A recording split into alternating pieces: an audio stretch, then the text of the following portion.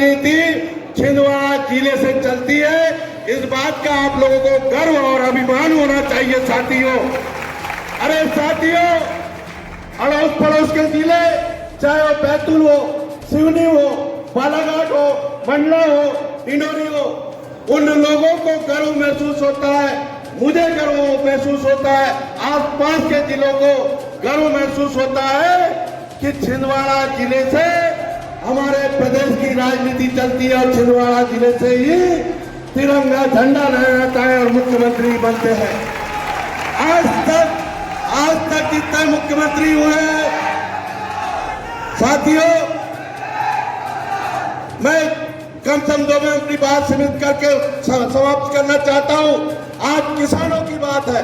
जब कमलनाथ जी मुख्यमंत्री थे, कमलनाथ जी ने जब फसलें खराब हुई थी, अतिवृष्टि हुई थी, तब सर्वे कराया था, गिरदावरी करवाई थी और फसलों का मुआवजा तत्काल हमारे प्रदेश के किसानों को दिलवाया था।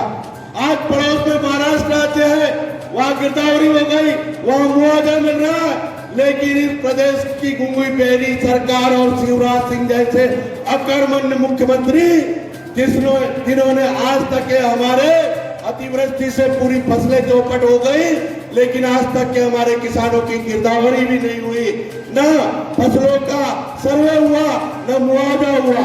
आदरणीय कमलनाथ जी ने कर्जा माफी की योजना शुरू की थी।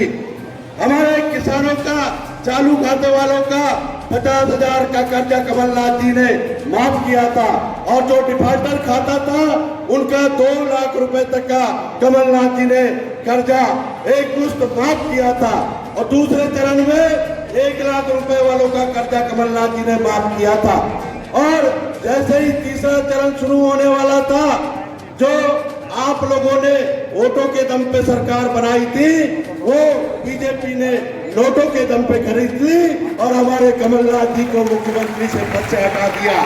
साथियों, कर्जा माफ की योजना कमलनाथ जी ने शुरू की थी। यदि कांग्रेस की सरकार होती और कमलनाथ जी मुख्यमंत्री होते तो 2 लाख रुपए तक का कर्जा माफ हो चुका होता, जो बेईमानों ने रोक दिया। साथियों, कर्जा माफी की योजना शुरू की, बिजली का बिल हमारा खेती किसानी का आधा किया कमलनाथ जी ने।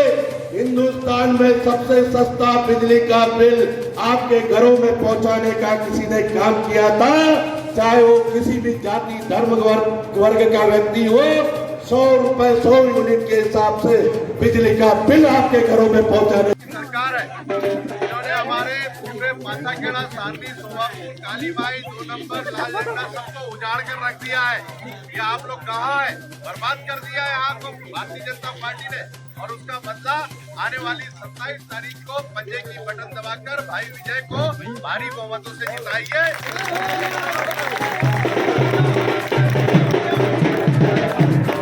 आदरणीय कमलनाथ जी के नेतृत्व में 1 साल बाद कांग्रेस की सरकार बन रही है और मैं आपको विश्वास दिलाता हूँ, आप यहाँ पर कांग्रेस की परिषद बनाइए। निश्चित तौर पर जो बचे कुछ काम है आपके वार्ड के, वो हमारा विजय कांग्रेस की एक पारिवारिक रिश्ता है, गांव नाते का रिश्ता है, खेती किसानी का रिश्ता है और मेरा और आपका रिश्ता कोई चुनावी रिश्ता नहीं है।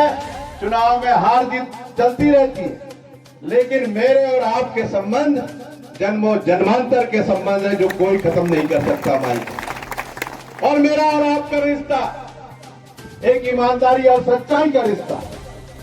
नेता कई आते हैं, झूठे आश्वासन देके चले जाते, झूठी बातें करके चले जाते, झूठी घोषणाएं करके चले जाते।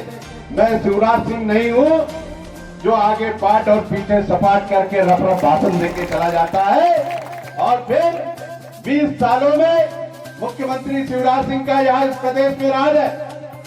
गली से लेकर दिल्ली तक बीजेपी की सरकारें हैं।